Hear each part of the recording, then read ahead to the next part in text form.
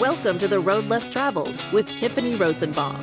This podcast is about sharing the success and failure of entrepreneurs. Join in and learn from others' mistakes so you don't have to go through the same hardships in business. Now let's welcome your host, business coach, real estate investor, and proud wife and mom, Tiffany Rosenbaum. Welcome to another episode of The Road Less Traveled. We are here with Derek, and nonetheless, he played for the Lions, Detroit Lions, and we're excited. But from Detroit Lions to all the way to a business consultant, I'm incredibly excited to talk to you about your story. But thank you so much for coming in and talking with us Thanks today. for having me. I really appreciate it. Yeah. Well, now, why don't you give us a little bit of backstory? Because I know people are going to be very interested in that. How did you start and want to play football? Let's start there. Okay. So, Tiffany, like, you give me the microphone, you might not get it back, right? Hey, Because you just okay gave me, with like, a really big story. So, okay. That's what people want to hear. All right. So I grew up here. I'm local. I'm, like, one of the only, like, OG locals, like, grade school, kindergarten, high school, like, all Arizona right here. You do not find a lot of people that are actually from Arizona. Yeah. You got a lot of transplants. Yeah, and my wife is local, like, Okay. So we're legit. Football was a means to an end for me. Okay. And that's usually not the answer that most people want to hear. They want to hear, like, man, I love football and it wasn't my soul and I just had to play it and I love the sport. The reality was, like, I liked the sport, I was good athletically, and I didn't have any money.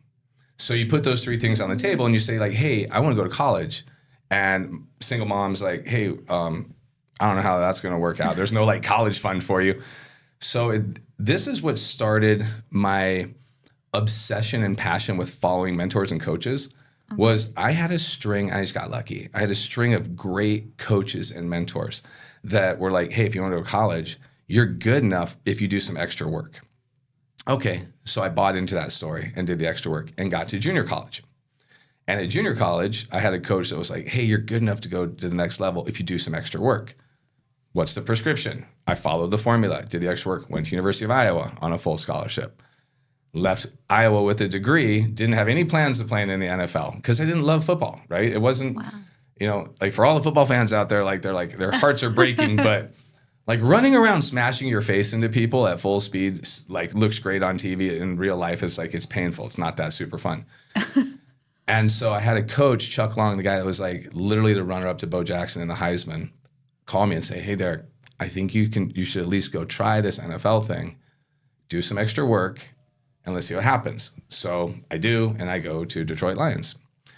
And everything's going great, and as a rookie, I'm on the field, and I'm playing with Barry Sanders, and I'm in and around and on that crowd, and this is, like, my new trajectory. And then break my neck on a kickoff. And it's like, hard pivot, you don't get to do this anymore. So reset your whole life. So that's what got me into football. Wow. Now, I love the story, like what you said multiple times, do the extra work. Absolutely. So often we hear in social media, hey, just start a business, just, be successful, it's easy. But I think you just said something that everybody has to hear. You got to do the extra work to get better. It's not just, hey, you can get up at the regular time, you can do everything everybody does. It's that extra work that makes you better. So when you broke your neck, how hard was that mentally for you? That's an interesting question, and this isn't a question that people usually ask me. So we'll dive into that a little bit. It was relieving. Okay. Again, not the answer that, like, football fans want to hear, but when you are, I don't want to call it a slave to that, but when you're a slave from, like, when I was 5 years old, every summer, like, every season, I was playing two sports on top of each other. Like, we didn't have babysitter money. So my babysitter growing up was, like, I played soccer after school, and then after soccer, I'd go to baseball, and then after baseball, I would come home. So, like, it was a nonstop journey. And now I'm, like, 23 years old, and they're like, hey, you don't get to do this anymore. And I was like, you mean, like, I can set this, the pressure of this down and, like, go and just explore something different, right? So, I mean, of course, like, the NFL is awesome, and realistically, like, when was the last time you went into work and 100,000 people got on their feet and they're like, we're glad you're here. Yeah. We're so glad that you came to work today. Like, I mean? It doesn't usually happen. It doesn't happen. Way. Like, you walk in the stadium, you're like, I'm here for work. And they're like, we love you. And we're on our feet for you. You're amazing. And so I broke my neck and I go to a surgeon out in Los Angeles.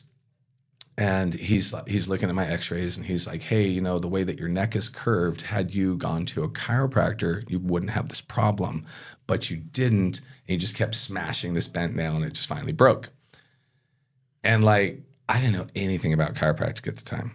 Wow. So like, I'm sitting here with like a world-renowned surgeon. Like, how do I know world-renowned? Not because he was with me. I was lucky to be their guy, but because Shaquille O'Neal and Lottie Divac are like in the waiting room with me. And this is when I found out there's VIP waiting rooms in hospitals that they like magically disappeared since I left the NFL. But when I was there, I knew about them. And I was like, yeah, well, what would those guys have done? Rub chicken blood on my ear and put a crystal on my forehead and kind of like laughed it off. And I remember very specifically, this is another one of those like life altering moments. He looked at me and he was like, this is a very naive statement. He just turned and walked out of the room. And I was like, I just offended the guy that's like, gonna put me out cold, cut my neck open, and rebuild stuff. Wow.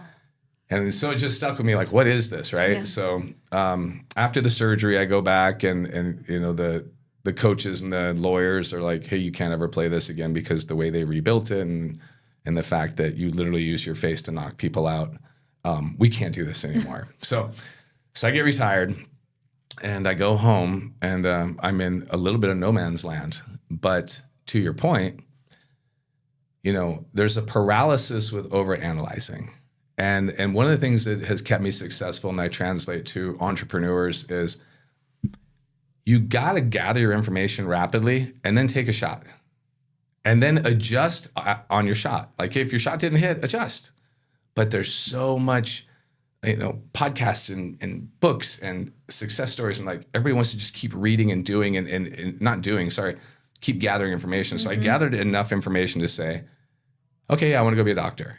And so I immediately like got home and went and found a chiropractor, just happened the guy on the corner. I was like, I like what you do. Where do you go to school? He's like, here. And this was like pre-internet times, you know, it's like that long ago, right? You weren't like Google searching people. So I made some phone calls and transferred transcripts. I graduated University of Iowa. And next thing you know, my wife and I are like in a truck and we're driving back to Iowa to go to school at Palmer Chiropractic College. And I get there and decide I don't want to live in Iowa anymore because I do like the sun. So we transferred down to Atlanta and I spent 4 years down there, got my degree, came out, worked for the guy that I originally met who told me to go. And then within a year of being there, said, hey, I'm going to buy you out. Went and got $1 million loan and that's where it started. Wow, I love this There's story. A whole lot, right? No, I love this story right here because you said something so profound that people don't always listen to. Most people read, listen, listen. But you've got to take action. And that action doesn't have to always be right, but you will learn faster by taking that action than not taking that action. Absolutely. So I love that you went to school for 4 years. You went and you bought him out. What did he, when you said, hey, I want to buy you out, was he ready to retire or, okay. No, and again, I got lucky. He's a great mentor, right? So he was a great mentor. So he was kind of putting me in that position. He's like, and he had owned a multitude of different clinics and had done very well for a long time and was like, hey, when you're ready to buy me out, like, here's the number. And so I was just like, okay, I can make that work. And I didn't know what an SBA was, you know, and I just went to the bank and I was like, you know, and I made all the mistakes. I bought him out, but I didn't get the accounts receivable. And so like the next month I was like, all right, let's just pay the bills. They're like, oh, you don't have any money in your account. Like, so we started writing checks from like the home credit card companies to cover it and all the stuff that like young startup entrepreneurs have to do. But to your point, and I just lectured on this over the weekend or talked on it, is that like information is a commodity right now. Like there's no shortage of any information that you want on planet Earth and thousands of renditions of it. The majority of the problem I see with people that are trying to advance in this world is that they stay in information. They stay in the librarian of the mind, right? And information without action is just entertainment. Like, I hope you're entertained. Like, if you're listening to this podcast right now and you don't go do something with it, like, I hope you're entertained because it's not going to move the needle. But then again, if you're just all action without information, then you're like bull in a china shop and you're making like careless, errors. But at some point in time, you have to take the information and you have to pull the trigger. And then you have to adjust and see what happened. And then it's from there that you can like fine tune things and make it better. But that's kind of like how I've lived my whole life and done quite a bit with it. I love that. Like I look at people that go to conferences. You know how many people that go to conferences, they get motivated at conferences, they get excited at conferences, but then when they leave, nothing happens, right? It's actually a high percentage that no action is taken after conferences because you're motivated. What I tell people is before you go to another conference, you have to take action. Otherwise, that money you just spent just became dollars down the drain. Yeah. And I'm not into burning money. But I love that you talk about that because I think it's something that people need to understand. But you also said it's very important to have the knowledge too, like understanding. And I was talking to a business owner and we were going through some steps about this. Is like you need to have numbers behind this to make an educated decision. Doesn't mean it's going to work out to how you wanted it to, and you might need to pivot, but at least you can take action with it. So when you bought this business, how many years did you stay in this specific business? So I stayed there for about 15 years. Okay.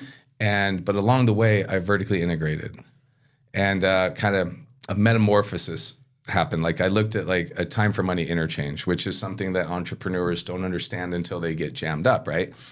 Is that I was like, I have to be on this X at this location to make money. That means there's only so much of me I can do. And so I realized, but if I bring other people in and start to create a culture, then I can have 2Xs and 3Xs and 4Xs and 5. And so I did that through the chiropractic space, bringing in all the different medical specialties, and ultimately opened up like orthopedic surgical and surgical centers and pain centers and all these other different businesses, which brought me to kind of a position in life where I could just collect checks. And that sounds great for like 3 months. And then you're like, I'm so bored.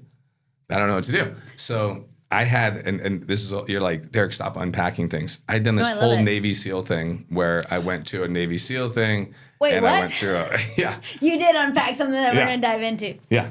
So I went to I'd done like 50 triathlons and Ironmans and all this other stuff. Like, as another part of my life, right? I love Ironmans. Yeah. The one I trained for, it got shut down during COVID. Yeah. We did a half, so I've done half. I haven't done the full yet. Okay. Well, I'll give you half credit. Yeah, right? exactly. Give me half credit.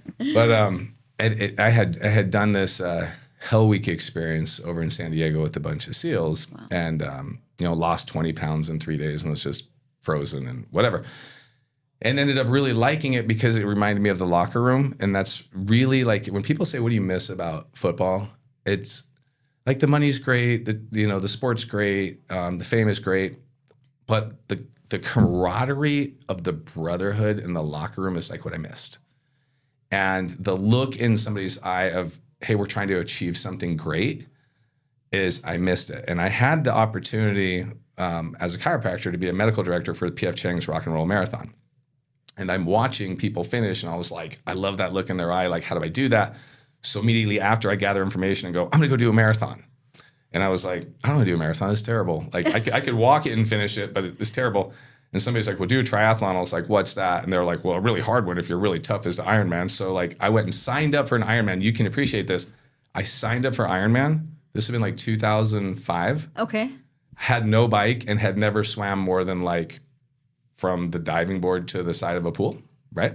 Okay, that's it. That's not fun. And signed up for it and went to the pool and realized, oh, swimming is hard. Like there's a technique to it, right? Just a little bit. And yet again, then I went and got a coach.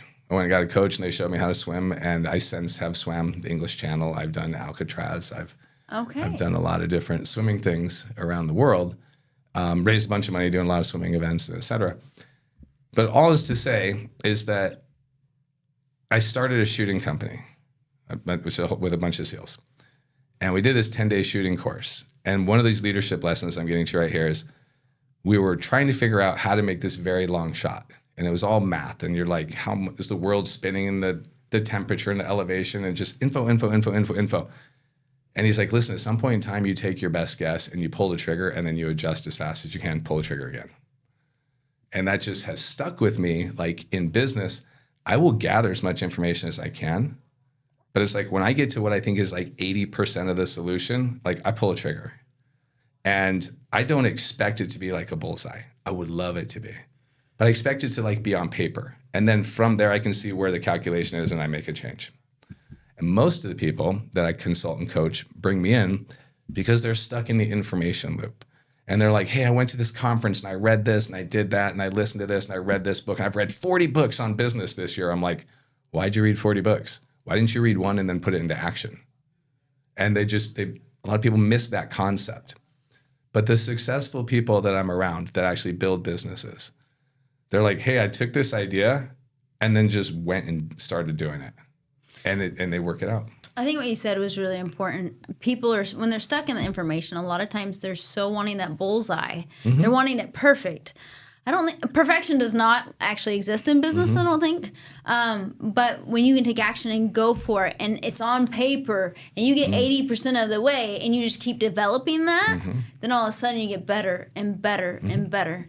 I love that analogy on the bullseye because I think too many people are stuck on wanting that bullseye on the first shot. And I don't know one business owner that has ever gotten a bullseye on their one shot. Even Elon Musk. Yeah. Even Bezos. Yeah. Name the best out there. Not one of them got a bullseye the first time. I mean, it's called winning the lottery, right? Like if you want to hit the bullseye, like with your $1, like then just go play the lottery because that's the only place that works. And quite honestly, like Tiffany, like I know your guys' business background. I'm assuming that you were like, hey, I'm going to build X, and you took your shot, and it wasn't exactly there, but as you corrected it, you figured out, oh, I have these other business opportunities as well. So things that will emerge after you take the shot don't exist when you're just studying. No. So there's a massive power. So like transformation is information plus action equals transformation. The scared entrepreneur lives in information. Mm-hmm. The uncoached guy that's just a bull in a china shop lives in all action. But like you really, really need those two things to transform. So when you go into businesses, you said the number one thing you find are people are stuck in information. What do you do to help them get out of that and take action with their teams, with their operations? What do you do to help? That's a great question. And it's kind of a three-pronged answer, right? So when I go into a business, I evaluate it and start with like, sometimes the dog catches the car and didn't want to catch it. So you have to actually start with a very honest conversation with the business owner of like, well, what do you actually want to do? I want $100 million. Do you know what that looks like? Do you know how many staff you have? Do you know how many countless sleepless nights you have? Do you know what that actually looks like? Let's talk through this, right? And so what I actually do is I go in and I find on the scale, like where are they currently from amateur to expert? And I analogize it to, let's use pro sports. Let's say that the NFL is the highest level of football. And let's just say high school would be like an amateur, right? Well, let's start by looking at the difference. The NFL head coach spends 90% of his time focused looking forward through the windshield on how do I win and strategize to win the next game, get to the championship. And he has a team behind him of really solid people, strength coach, offensive coordinators, position coaches, and he doesn't worry about it. As a matter of fact, speaking from experience, do you know that the NFL head coach goes to a grand total of 0 of your workouts?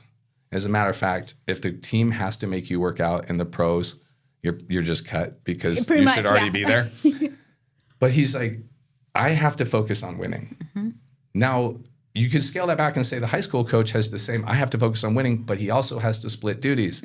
He's also running the PTA meetings. He's running like the booster clubs. He's probably coaching PE. He's driving the bus. He's washing the uniforms. And when I look at a business, I go, okay, well, what are you trying to do? And show me your roles and responsibilities. And when I hear a business owner say, I wish there was 2 of me. Well, that lets me know like, okay, you're at a scaling issue. And so what we need to do is I need to develop the business owner and set forth an offensive mindset, mental resilience, and then their ethos, which is super cool. I'll talk about that in a second. And then I go back to their team. Like if we took the NFL analogy, like a strength coach in the NFL, basically goes to the head coach and goes, well, what do you want? He goes, well, I need these guys to do this, this, this, and this. Just go copy. He goes back, makes it happen.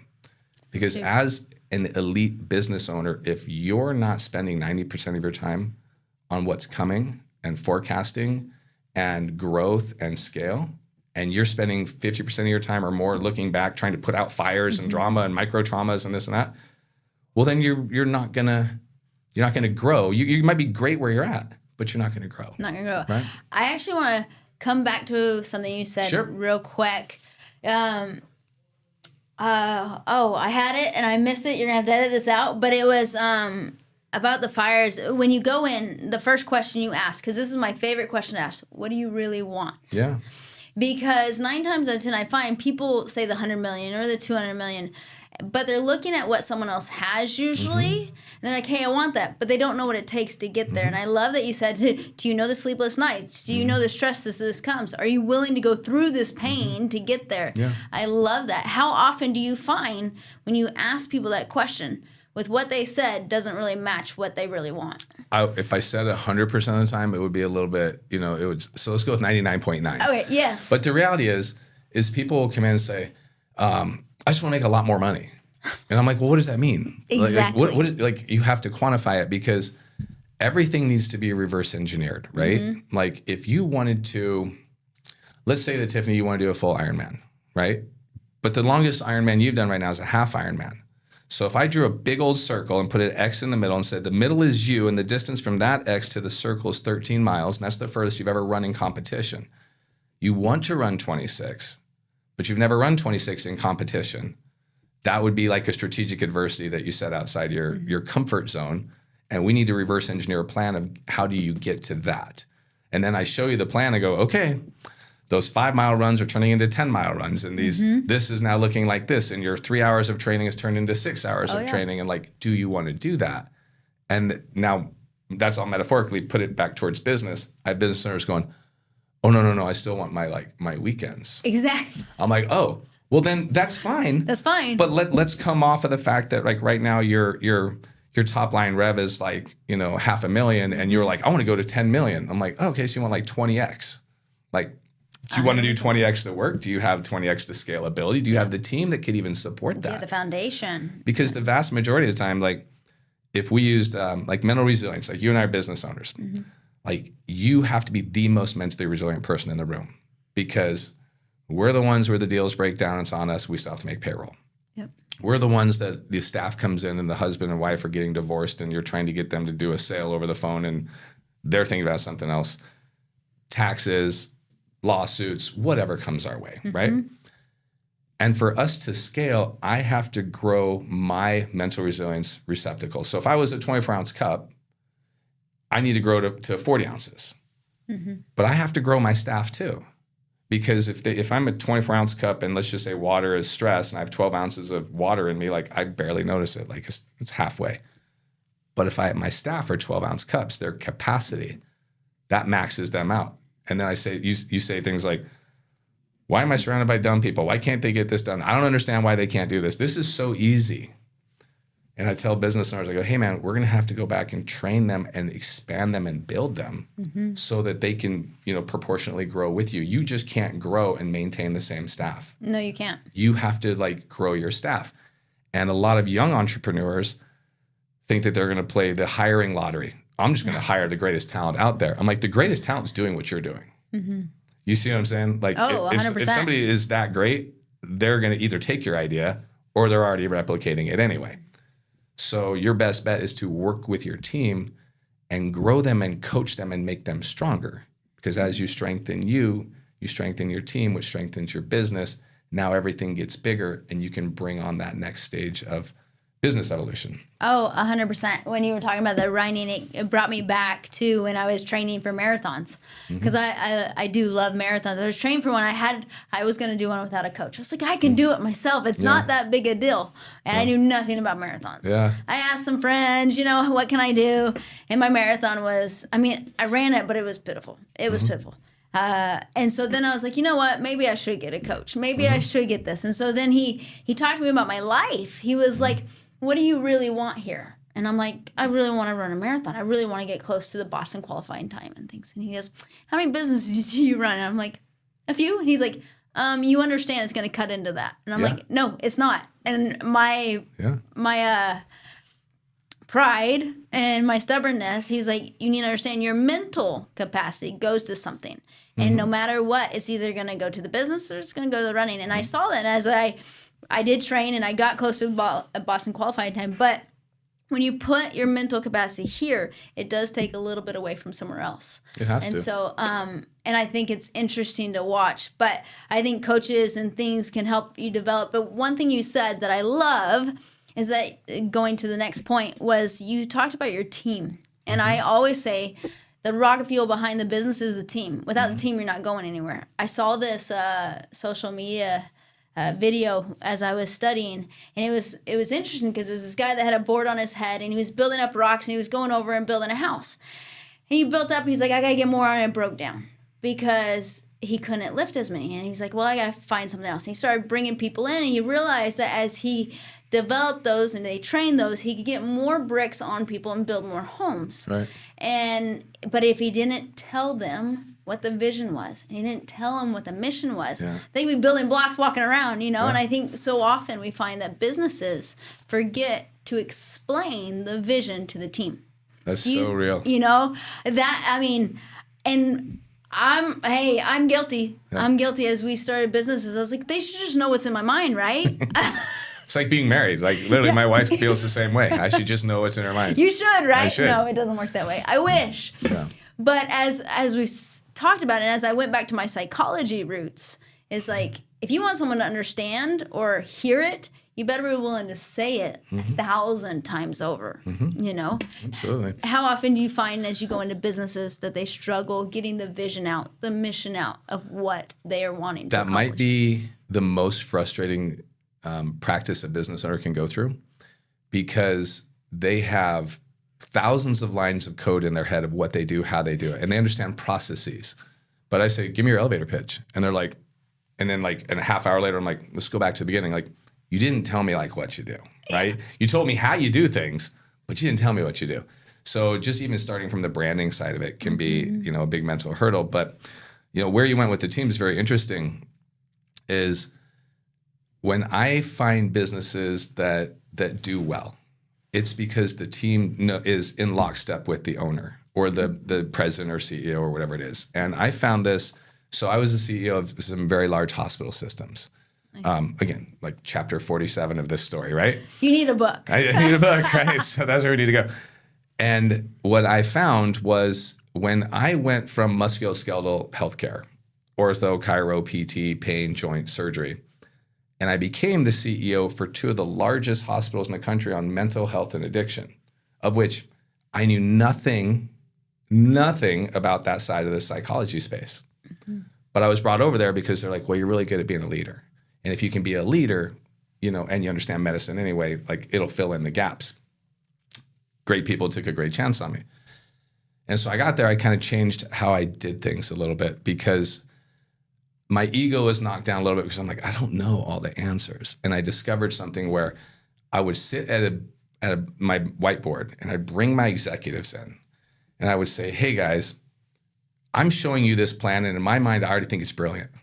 I wouldn't waste your time. If I didn't think I already have a plan that was worked out, something we're going to implement, like I didn't think it was brilliant, you wouldn't be in the room.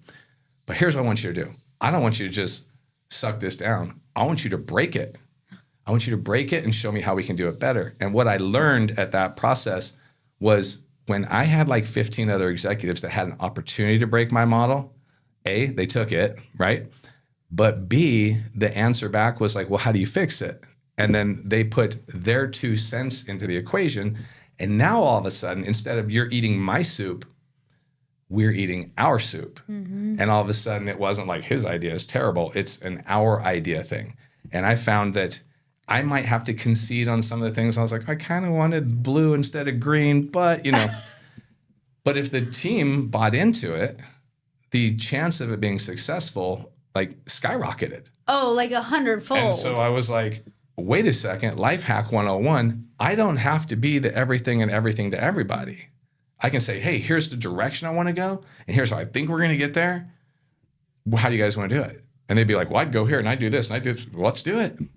And I just stand back and they just run with it because now they're excited. They feel bought in. They feel part of the team. They feel connected. Oh, 100%. Right? So, and you and I know if you really want to scale your business and you want your business to be successful, then you have to remember what scaling actually is, because scaling we think of just saying, I make X money when I do X volume, or in your business, I have X amount of doors. Now I have more doors, right? But to be able to scale means that you have to create miniature versions of you behind you to do the tasks that you once did, so that you could be more like the NFL coach and say, I'm not doing strength conditioning, I'm not doing the positions, I'm not driving the bus, I'm not teaching PE, I'm not doing fundraisers, I'm just going over here. Because behind the owner of any business, everybody else is a convenience. And it's hard to think about it that way. When you started your business, you probably did the accounting, the marketing, the branding, the door-to-door, the sales, the phone, every aspect of it. Something to talk about, yeah. And then one day you're like, hey, we're doing well enough, I can bring somebody on to answer the phones and then it started the build. What a lot of people miss is that when you bring that person on, they become you. And if somebody has a bad experience with them, it reflects on you. And if you want to grow and grow well, that person basically becomes a mini version of you. So for you to transfer your ideas into their head, you can't just force feed. You have to say, how do you think we should do this? And then you guys grow together. And then as you continue to scale and grow, you add more mini-me's, more convenience to your life. So why not just have them baked into the pie from the beginning? It just makes it easier. That is so interesting that you said that, because I think I actually I just talked about this at a conference I was at, about how where the process usually breaks down is hiring, onboarding, and training. And we usually don't spend enough money into that. We're like, hey, just put someone in the seat, just tell them how it's supposed to be and be done with it. Especially in the industry I'm in, we find that a lot. I'm like, no, hiring should take time. Onboarding should take time. And training. If you read, Starbucks, or you look at Amazon, or you look at Google, how much time and money they put into this process is more than their marketing. Absolutely. And so it's so important that time with that person, when you hire that first person, it actually puts more on your plate, and it should. If it's not putting more on your plate, then there's a problem, because you're not putting the time and effort into making sure that person becomes part of your team. I love that you said that. So, think about the training cycle of an error I see often is business owners will train, they will teach skills, but they don't train conditioning. And conditioning, what I'm talking about is, it's one thing to say, here's a closing script, but it's another thing to train to increase the capacity of somebody's mental resilience so that they can get through 100 hangups to one person saying, I'll listen to you. You see what I'm saying? And so we make the mistake of training or teaching skill and thinking that's how I develop my people. Well, let's take that to the pro football thing, since we're talking about that. If I just took somebody off the street and said, here's the plays, here's the routes, here's how you run this, but we didn't go to the weight room and get stronger and bigger and faster, then it doesn't work, right? So to think that I can just take a skill set to an employee and be like, I'm going to train you and you're magically going to be better, it's 50% of the equation. You have to train their offensive mindset, because you're a busy person. Don't you love it when your employees are proactive instead of reactive, and they're forward leaning and they're forward failing, and you give them the rope to be autonomous, and they're like, hey, we have a problem, but we tried this solution. You're like, I love that, and thank you. Yes. You know what I mean? And then you train the mental resilience of hey, let's just make ourselves tougher so that things don't stress us out as much. But one of the big things, and you asked me this, and I apologize for taking so long to get to it, is values and ethos. So if you want to know where I start with a business owner, it starts here. I go, well, what's your values and ethos? And they'll recite the words on the wall. And it's usually some super sexy lexicon, we have unwavering hospitality and sincere candor, transparency and honesty to whatever. First of all, a lot of business owners don't even know what they have on the wall. And I say, that's awesome. So that's your brick and mortar. That's what makes you you. And that's your fingerprint. That's your DNA. Because we know every business needs to be offensive mindset. We know every business needs mental resilience. But this is your fingerprint. This is what separates you. And they're like, absolutely. I said, well, cool. How are you training it? And it's a blank look. I said, because I bet you talk about it, which is the information side, but how are you training it? How do you train integrity? If we could all pull our phones out, and I'll show you my workout plan. 5 days a week, I go to the gym, I do this. Here's my diet plan, macros, this. I go, cool. But integrity is the most important thing. Yeah, it's our heart and soul. Show me your integrity training plan. And that's where there's a massive breakdown, right? So 100%. I create those types of plans. So what would be an integrity training plan? Integrity is doing what you say and saying what you do when nobody's watching, right? Like when nobody's watching, what are you doing? If I observed you for 30 days, Tiffany, and you could tell me nothing about you, but I just like in a silent movie just took notes, that's going to be kind of the culture of who you are. That's what it is. And the culture of who you are is the words that you have on your wall to replicate to your business. I am honest and integrity and trustworthy and whatever. And you've pushed that out. And if it's really important to you, you'll train for it just like you would Boston Marathon, everything else to increase your level. Like you don't get better at running, talking about running. You get better at running by running. You don't become somebody with more honor and humility and respect and integrity unless you actually train those as well. So to train something like integrity is doing what you said you're going to do when nobody's watching. People say, well, I don't understand that because like, how do you take something, etherical and translate it into reality? And so I would say, hey, make a commitment to yourself. You're going to wake up at 4:34 a.m. and do 3 push-ups and you can go back to bed every day for 30 days. And they're like, there's no physical benefit, 3 push-ups, and I'm just waiting. It's because you said you're going to do it. Yep. And you do it when you don't want to do it the most, when it's the least comfortable for you, because then you build trust in yourself and you build momentum of like, I'm actually doing what I said I was going to do when I really didn't want to do it and when nobody's watching. Well, now you just grew. And we do those with the rest of the things. And that's how we create a culture, like in my company. Like offensive mindset, mental resilience, everybody's on board with that. But then you take that Venn diagram, you take in like your values, and where they all overlap is your culture. And your culture is going to tell you who you really are. Oh, I love that. Yeah. I've never heard someone actually explain it like that. I had someone ask me, we were talking about it, like, does your team, can they name off your mission statement? Can they name off the vision? Can they name off the core values? Then it goes to, can your customers? Can your clients?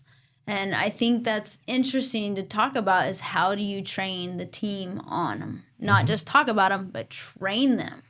And I think that's a whole new perspective that I've never heard. I think it's important because, yes, I'm big into integrity. I think people, what you do on a daily basis, your actions say so much more than your words. Right. Yeah, absolutely. Look, we all have great words. and the reality is, I don't know what the number is, but the average American gets marketed to like 1,000 times a day from billboards and commercials and just everything, just T-shirts, everything. Everything is marketing. And so we're not starved for more marketing. We're starved for more like tangible, like reality. And that means like it's witnessed and observable and it becomes real. And then I don't have to run it through my head like, is this a good deal? Is it real? Is it not real? Right? And so I think that's like I told you, I work with a bunch of SEALs, Navy SEAL guys. And one of their codes that they would put on the wall is earn your trident every day. Now, just for the podcast, I'm not in the military. I'm not Navy SEAL. So in case somebody's like, he's not a SEAL, I know. I'm not. I'm a doctor from Arizona that played football, and I'm a jiu-jitsu coach, right? Which is a whole different sport. That's a whole different one. Which is a whole different thing. Okay. But earn your trident every day means that even after a guy goes through BUDS and he goes through SQT and he gets pinned and he wears that Navy SEAL logo and he goes out in the world, is that every day they're saying, how do I live up to this? So the culture they've created is like you go on vacation with these guys and at 5 a.m., like they're out on a 13-mile run. They're doing like 1,000 push-ups. They're on a bike doing something. We stayed up until like 3 a.m. They're still up at like 5:30 getting it done. And it never stops because in their world, they have to be ready at any point in time. Hey, you get a phone call and like, we're going to go kick a door and like go do missions and you need to be ready to go.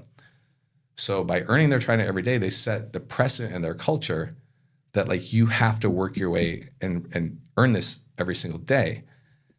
And I looked at that and I was like, well, that's very, metaphorical and etherical, but I'm witnessing it in real life. And that's where I kind of came up with if this is your ethos and your value statements and your value props on the wall and how the world sees you and the culture and the framework and like the cookie cutter of what you're trying to recreate, like instead of just talking about it, like don't talk about it, be about it. How are you training your people to live that and how do you measure it and how do you measure growth?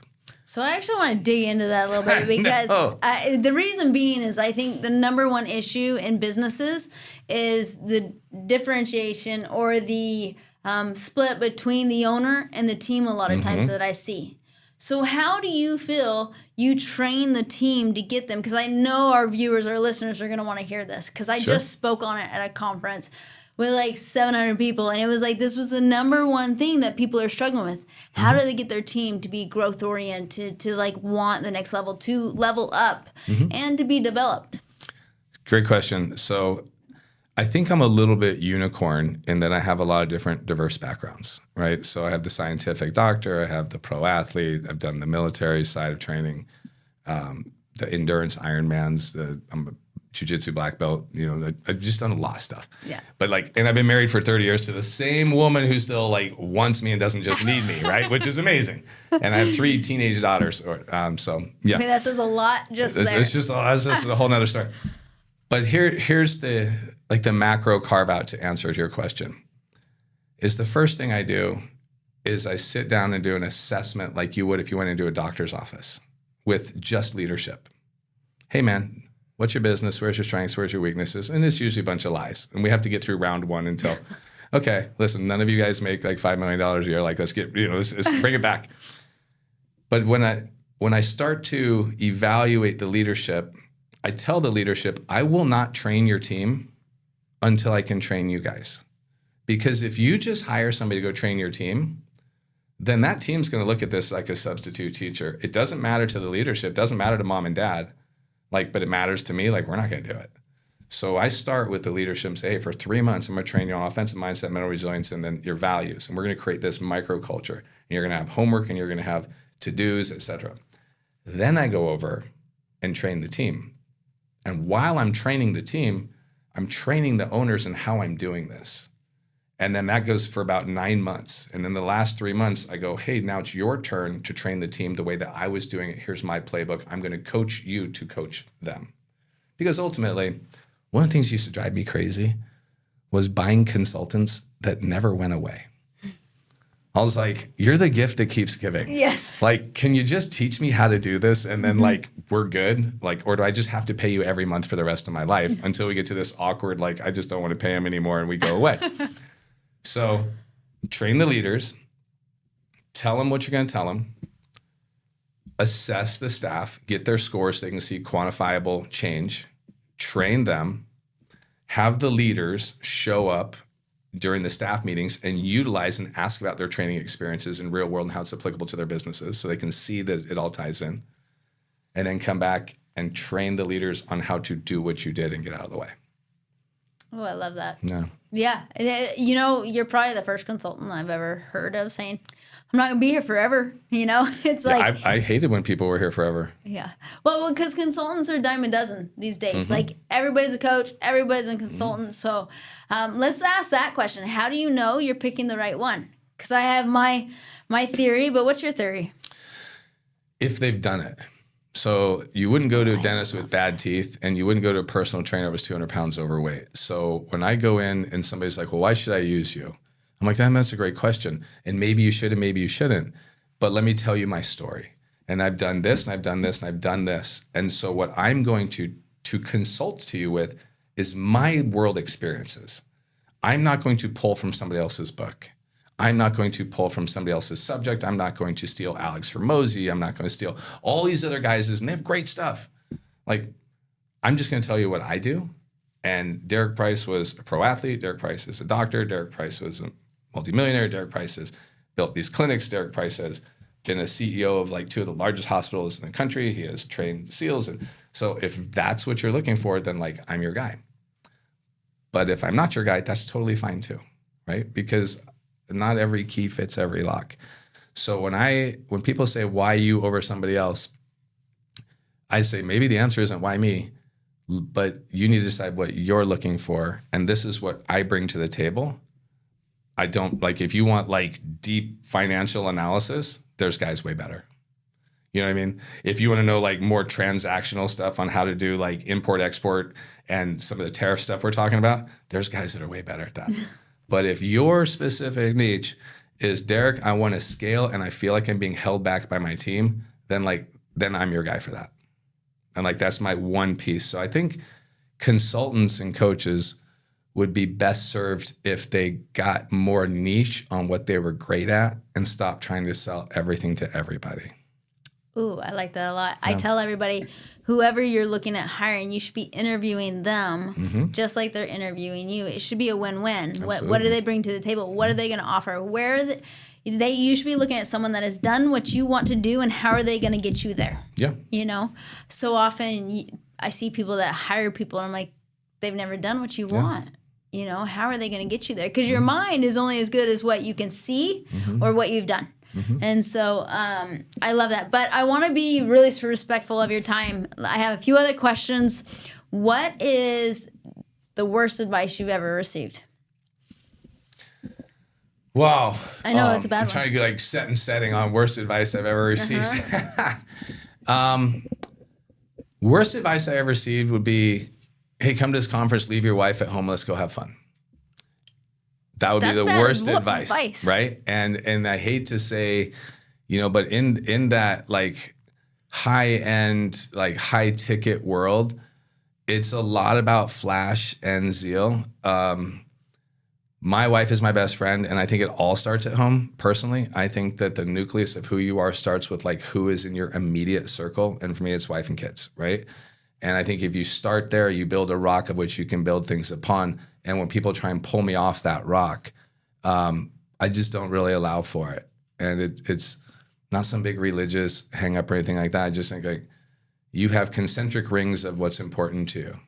And like when you say God, family, and then like business, fitness, and everything else after that, well, don't jump to level 3 for business and forget about level 1 and 2, right? So I think that's important. The second thing is, if you're starting a business and people say, hey, Derek, I'm gonna start a business. Like, what should I wrap my head around? Don't go out of business your first year. That's your total goal. Well, how about making money? Don't worry about that. Don't go out of business your first year. If you're in business by year 2, then I wanna make sure that you're at least breaking even, paying the bills. And then in year 3, you'll have figured things out and now you're starting to make money.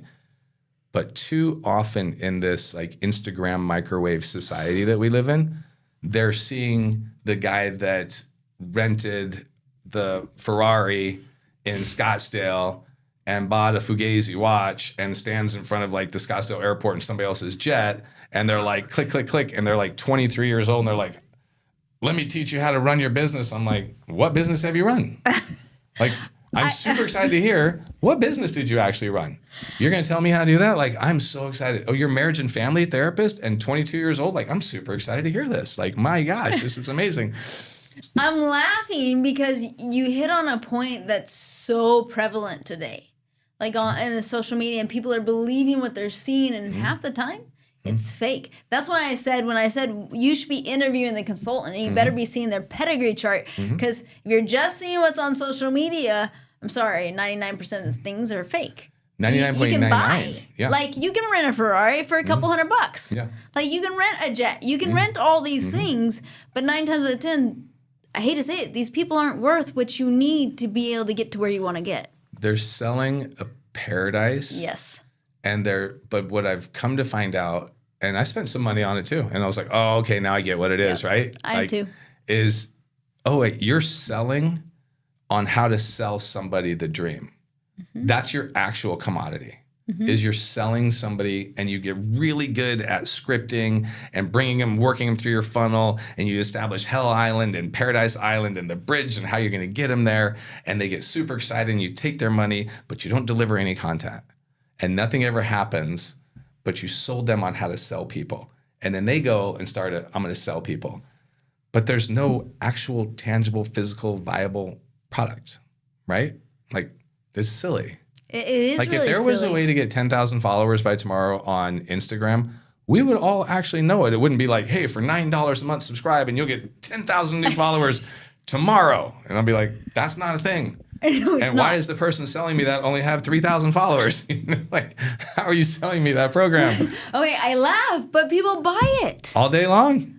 People, because it's easier to pull the trigger and spend a couple dollars than to go do the work, right? Ooh, that's powerful. And the work is hard. And when you know what the work is, like, oh, like, I want to be a jiu-jitsu black belt, man. That sounds super cool. I'm going to do that. I'm like, okay, it took me 20 years. 20 years, and I get beat up 4 days a week still. I want to be an Ironman. Okay, are you ready to go do a 100-mile ride this Saturday and then an 18-mile run behind that, all at like 3 a.m. so you can still be home by at least 9 or 10 in the morning to see your children on a Saturday that you still have to do your honey-do list? You ready for that? Well, but it's fun saying it. So we have there's no shortage of people telling you what they're going to do. And this pet peeve, right? I'm going to go do this. I'm going to do this. Everybody pats you on the back and tells you how great you are. But internally, you know you're never going to do it. But I'm going to tell you I'm going to do it. And I'm going to get all the fan and everybody's going to tell me how great this is. And then at the time it's on my ankle, my this, I just kind of bow out. Oh, this is a huge pet peeve of mine. Huge. Because I was that basketball player. I didn't care what was going on. I had a cast on my wrist. I wrapped it up. We go play. It just, I was brought up in a family. Unless it's going to hurt something worse where you get damaged for the rest of your life, you go through the pain. It just is what it is. And my son the other day came to me, and such a great kid, but he was like, my back hurts. And I'm like, okay, what did the doctor say? I said, well, I won't injure it anymore. I'm like, okay, so what's the answer? He's like, oh, I better go run. I'm like, yeah. I mean, if you're not going to injure it more, you do have to be careful about re-injuring stuff. But I think so often we take the easy route out. Oh, it hurts a little bit. Oh, and yeah, I have a huge pet peeve on that. Really big pet peeve. So what's the best advice you've ever received? Really simple is just don't tell me, show me. Don't talk about it, be about it. Like, hey, all your words are super great, and I'm going to sit here and be polite with you. I'm going to listen to you, but like, let me witness it. Let me experience it. And if you want people to buy into you, you have to buy into you. So authenticity. Don't be everything to everybody. Be who you are, be exactly what you are. Because there's enough of the world that wants you as soon as they know what you are. Don't be everything to everybody. But really, don't talk about it, just be about it. Like, if you have to tell me you're great, like, let me just witness it. Like, listen, here's the deal. When an alpha walks in the room, when a lion walks in the room, you know it. You know. You don't have to say, is that person in charge? No, like, you know. You're like, I get it. When somebody walks in the room and they're very fit, and they're like 40, 50 years old and they're very fit, you're not wondering, I wonder if they're disciplined. That's not an accident, right? Like, I'm 50 years old. Every day my body's like, F you, we're not going to do this. I'm like, we're still going to get it done, Yes. But yeah, I think the best advice was, like, hey, get to 80%, pull trigger, and lean into things, and it's not always going to work, but you're always going to learn. And so just because something doesn't work doesn't mean it's a failure. It just means, okay, now I have 99 options. Oh, now I have 98. Now I have 97. And if I just persevere, and that's, as your question's unpacking in my own head, I would say the best advice I could get or give would be persevere. Like, set your mind to something, be open to coaching, be open to change, be open to shifting, making small pivots, but just understand that the gravity is against you to be successful. Unless your parents have built the business and they're handing it to you, the world's against you. And you just have to go against it. See, I align with this so much, because you'll go to a conference, like, I got the blueprint, it'll be easy, here you go, you will win. And I'm like, and I told the person, I was sitting there, and this guy was selling her. I'm like, I'm sorry, you're in the grind. You're at the small age. You are going to have to grind. He's like, no, she won't. Just needed to do this. And I'm like, well, I don't know one business owner that hasn't had to grind through it and done long hours to be able to get the business up and going. Right. I don't know one, unless, like you said, it was handed to them easy. But you said something at the beginning of this question. And then before you said the word, I actually already pinned you at this, which was really interesting. Like, before you said authentic, when we sat down, I said, oh, he's really authentic. He's not going to BS here. I could tell. You can tell when someone's really authentic. And I love to be with people that are authentic, because we'll talk about failures, we'll talk about mistakes, and that's where people really learn, right? Yeah. And I love that. So if you had, I know we talked about not just reading, but you need the knowledge and you need the action. If there was one book that you'd recommend for the viewers or the listeners to read, what would you recommend? Oh my gosh, there's so many good books that I've read. Now you're putting me. Black Swan. Okay, I haven't read that one. Yeah. And it's about, it's kind of a mix on the fact that in retrospect and looking back at things, it's very easy to see with 2020 vision how things go. And when you study the timelines backwards, like, you get it. But at the same time, you can't always predict things, but you have to be ready for like a black swan event, right? That's a great book. I've just finished another book, and I do go through books quite rapidly, that was basically about setting a misogi. And I'm trying to remember the author of the book. And it'll come to me like Michael Easterman might be the author, and I can't remember the name of the book. Anyway, a misogi is a Japanese word for like setting a strategic adversity, right? Mm-hmm. So if you're this is your life, and the hardest thing is the circumference of your circle, and you're the X in the middle, and like everything inside that is something you've done, but everything new and every growth experience lives outside that because you haven't experienced it yet. Mm-hmm. And it's about setting a strategic adversity and then going out and getting it and pushing it far enough away to where you're like, there's a 50-50 chance that this works or it doesn't work. Now, I wouldn't do that with like finances and stuff, but like on personal missions. So my friend of mine just ran a misogi event. He's a former military guy. And the misogi event was he gives you a hatchet and a bucket and a gallon of water, and you have 24 hours to pick a tree and chop it down. Like, good luck. I've had another misogi where it's like, hey, we're like in La Jolla, and you get like a 30-pound rock, and it's like you go out into about 20 feet of water or 15 feet of water, and you have to carry that rock a mile. It means you swim down, you walk across the bottom of the ocean, you come back up and you breathe, and you go back down, you do it until you get either so cold and you hype out, or you're just like, I quit.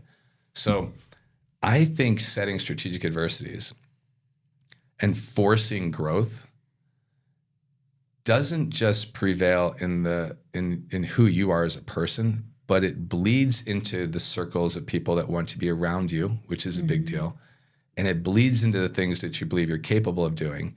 And a lot of business is like, I just believe that this is going to work, and having a confidence, right? Like when mom and dad are confident, kids are confident. When mom and dad are like, I don't know if this is going to work, they're like, we don't know if it's going to work either. Mm-hmm. So I think that in the pursuit of continual and constant growth, like any book that gives me some advantage on that or some tip on that, I'm into.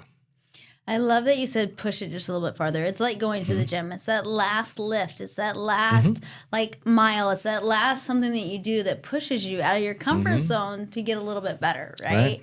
And I love that. I love that you came on. I could talk to you for days. I really could. I mean, let's do it again. I love your outlook on it because I think we align on that a lot. But where can our listeners find you? You can find me on my Instagram, and it's not a sexy business Instagram. It's just me, Derek C. Price. Okay. At Derek C. Price, and or at clubfaction.com is my website that shows a lot of what we do. But here's another quick tip: authenticity. You brought it up. I did. If somebody's preaching or telling you something today, like, "Hey, do this because I'm all about this." Instagram, social media, Facebook's been around for a minute. So take my words from today, go back to when Facebook started, when I first opened my account, 2010 maybe, I don't know. I'm saying the same thing, right? So nothing's different. And when you see somebody that's like, oh, I'm all about this, and their Instagram started like 6 weeks ago, you're like, oh, okay. Like, so this is today's message. You know what I mean? So like, I like to trust but verify. I'm old school, right? I'm the same way. I'm like, hey man, let me scroll back and see, like, were you saying this same message 10 years ago? Like, if this is really what you're about, because at the end of the day, zebras don't change their stripes. You kind of are who you are, and you can be a chameleon now and then. But to do big business and to be around, the people that you want to be around, it's all about authenticity. So. 100%. I love that. Well, find Derek because you have a phenomenal story, and I love to hear all about all the businesses that you're helping. Yeah. Thank you so much for coming on today. Thank you. Appreciate it. Awesome. Thanks for tuning in today to The Road Less Traveled. If you're organizing an event, workshop, or simply planning something exciting and would like to have Tiffany Rosenbaum join you or want to have her on your podcast, visit TiffanyMRosenbaum.com and click on Book Tiffany to get started.